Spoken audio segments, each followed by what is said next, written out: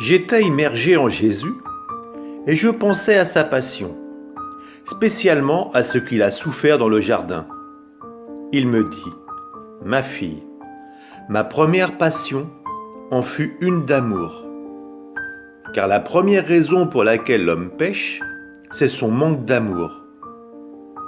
Ce manque d'amour me fit souffrir plus que tout. Il m'écrasa plus que si j'avais été totalement broyé. Il me donna autant de morts qu'il y a de créatures qui reçoivent la vie. Une deuxième passion fut celle pour les péchés. Le péché fraude Dieu de la gloire qui lui est due. Aussi, pour réparer pour la gloire dont Dieu est privé à cause du péché, le Père me fit subir la passion pour les péchés. Chaque péché me causa une passion particulière. Je souffris autant de passion qu'il s'est commis de péché, et qu'il s'en commettra jusqu'à la fin du monde. Ainsi, la gloire du Père fut restaurée. Le péché engendre la faiblesse chez l'homme.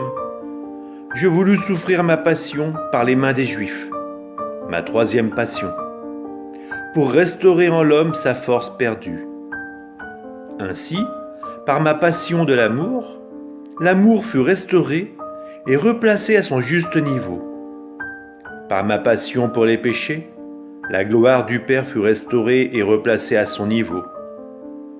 Par ma passion subie par les mains des Juifs, la force des créatures fut restaurée et replacée à son niveau. J'ai souffert tout cela dans le jardin. Des douleurs extrêmes, de multiples morts, des spasmes atroces. Tout cela dans la volonté du Père. Ensuite, je portai ma réflexion sur le moment où mon aimable Jésus fut projeté dans le torrent du Cédron.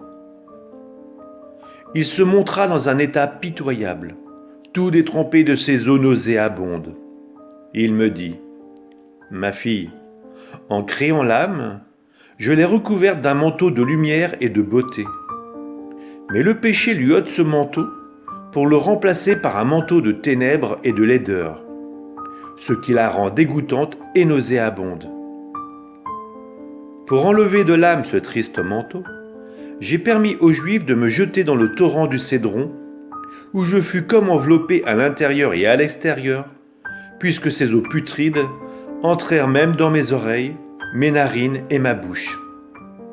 Les Juifs avaient le dégoût de me toucher. Ah, combien l'amour des créatures m'a coûté, au point de me rendre nauséabond, y compris pour moi-même.